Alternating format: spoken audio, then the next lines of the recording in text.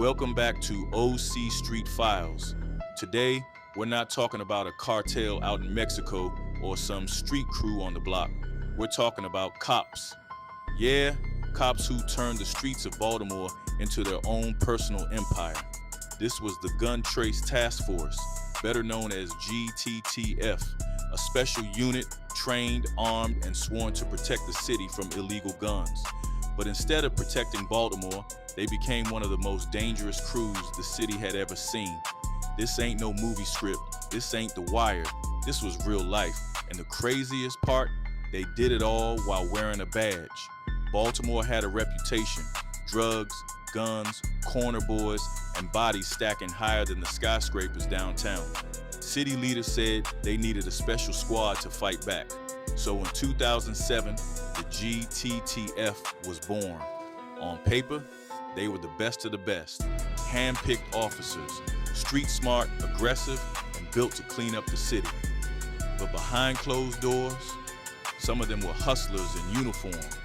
Wayne Jenkins was the ringleader. Charismatic, smooth-talking, the kind of guy who could sell you a dream and rob you in the same breath.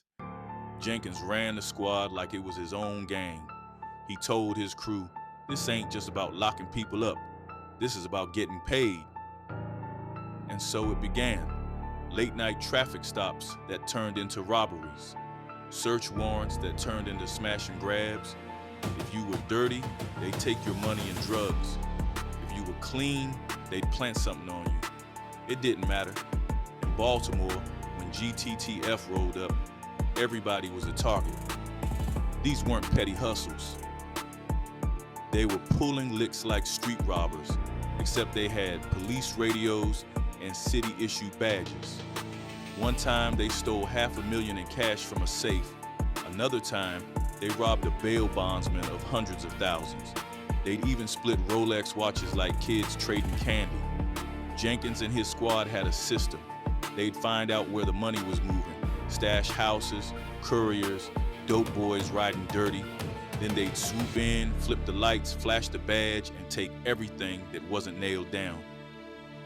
And what do you do with stolen dope? You put it right back on the streets. Yup, police officers became suppliers.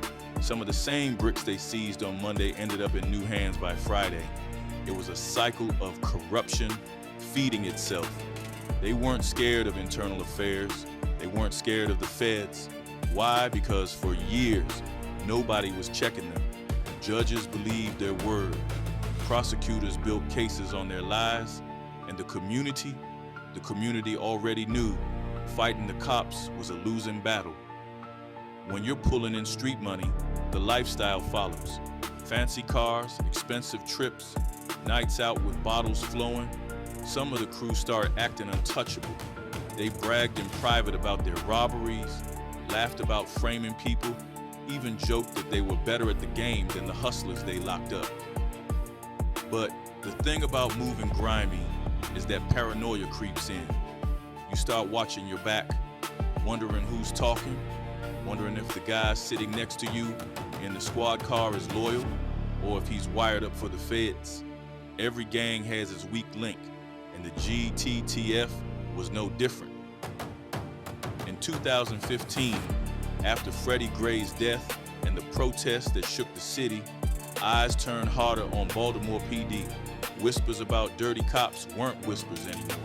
The feds launched investigations, wiretaps, surveillance, hidden cameras. The same tools the GTTF used on the streets were now pointed directly at them. By 2017, the game was over. Indictments dropped like a hammer. The headlines were brutal. Elite gun unit accused of robbery and extortion. Jenkins and 6 of his squad were hauled into federal court. The evidence was overwhelming. Cash stashed in walls, testimony from their own victims, even their fellow officers turned witness. Wayne Jenkins got hit the hardest, 25 years in federal prison. Others got anywhere from 7 to 18. And just like that, the so-called elite gun trace task force was finished. But their crimes left scars that still bleed today. Hundreds of convictions overturned, families destroyed, trust in the police shattered. The GTTF weren't gangsters in blue, they were gangsters, period. They wore badges, but they played by the same rules as the streets. Get money, protect your crew, and silence anyone who stood in your way. But the lesson is the same no matter what side of the law you're on.